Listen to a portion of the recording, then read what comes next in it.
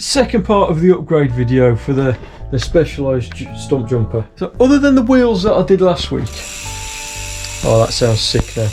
Other than the wheels, there's one thing on the drivetrain which for me I prefer, and it's an oval chainring. I've noticed the difference from jumping from the hardtail, which has a oval chainring on, to going to this one, which is standard round 32mm chainring.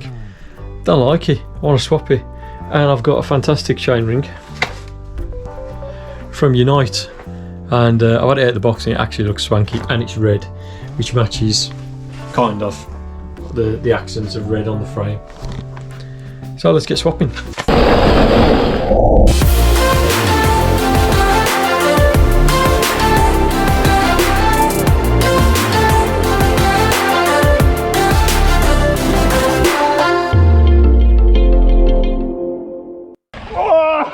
So this is a sramdub NX chainring. Fairly simple to take off. So I'm going to put the fixing point in here just to make the derailleur forward so the chain's nice and floppy. Bring the pedal back, I'm going to drop the chain off. It's out the way. Then what I'm going to do, you've got an 8mm hex head, which will fit in lovely there. I'm going to hold the pedal. My God, this is tight, this has never been off.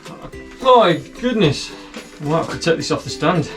Yeah, this is going to come off the stand. Now this will be torqued to 50 Newton meters, something like that. There you go. Put it back on the stand there.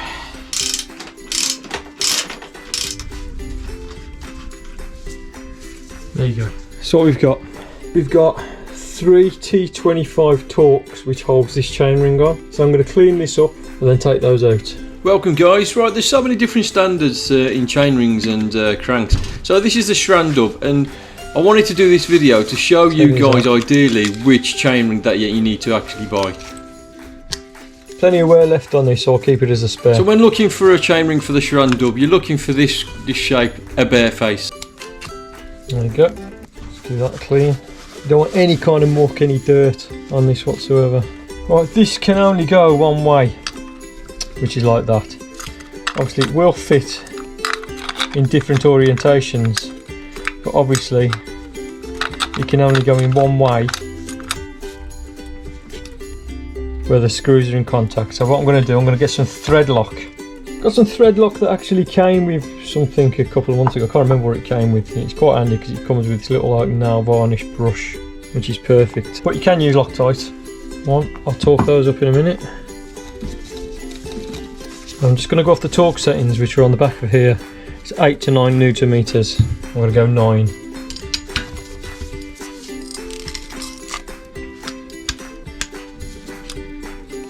Looks pretty cool. I like the look of that.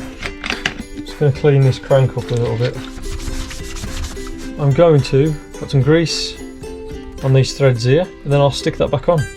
When doing this, you don't want to take the crank out unless you're on about cleaning the bottom bracket or anything. It has actually got an adjuster on the side here, like a tensioner, like a preloader, so you don't squish the bearings too much. If you take it out and mess around with it too much, you're going to have to reset that. So ideally, you want to keep that crank in.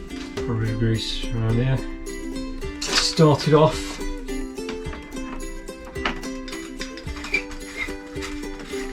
Right. You torque this to 54 Newton meters, which is why I couldn't get it off at the beginning.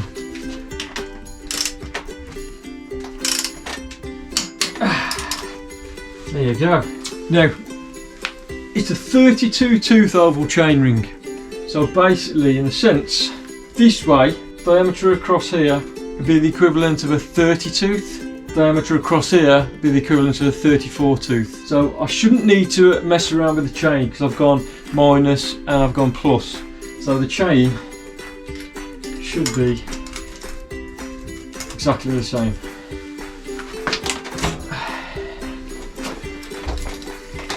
He says. There you go. Perfect. What do you guys think? What do you guys think of oval chain rings? I can't wait to get out and try these myself. But you're going to have to wait for that video. If you like this video and you found it useful, obviously I've shown you how to take this dub off. Give me a like and subscribe. and we'll see you next week.